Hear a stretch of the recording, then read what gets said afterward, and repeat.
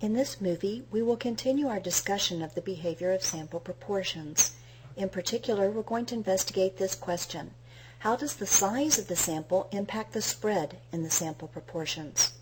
To investigate this question, we're going to return to the familiar context of the previous movie and look at the population of all part-time college students.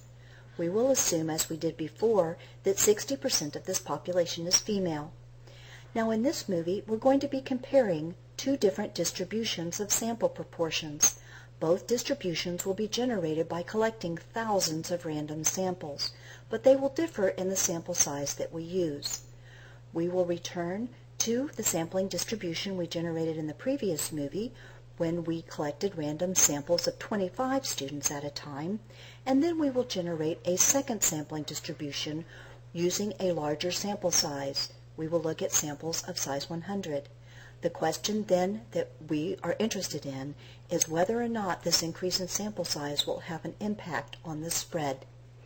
Now, before we actually begin to collect random samples, let's remind ourselves what we observed previously.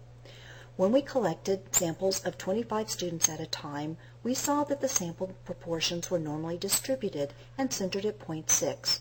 In other words, when I took all of the p-hat values collected from the thousands of samples and calculated the mean, I got 0.6, the population proportion. When I calculated the standard deviation of the p-hat values, I got about 0.1. So for samples of size 25, we saw that typical values fell between about 0.5 and 0.7 within one standard deviation of the mean. Now we're interested in what happens if we increase the sample size to 100. Will we expect to see more variability? Variability that is roughly the same, or much less variability? In particular, we're interested in finding out what happens to the standard deviation.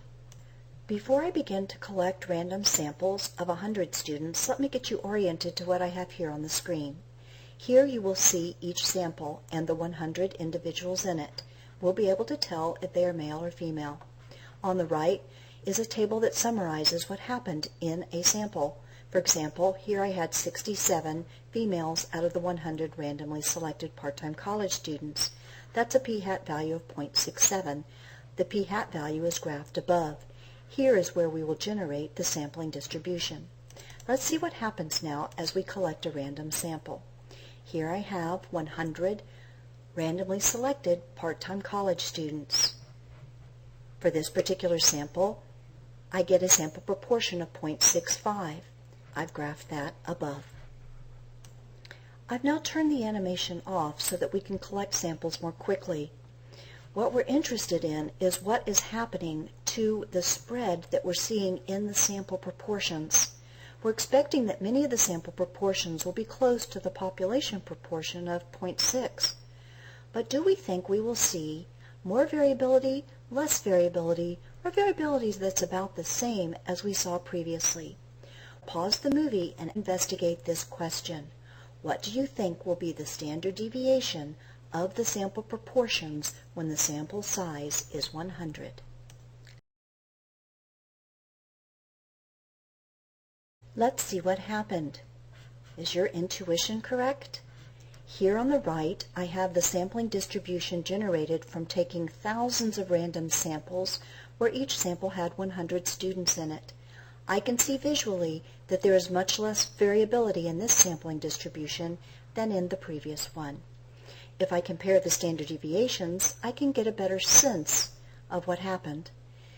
When I had a sample of size 25, the standard deviation in sample proportions was about 0.1. When I increased the sample size by a factor of 4, the standard deviation decreased to about half of what it was previously.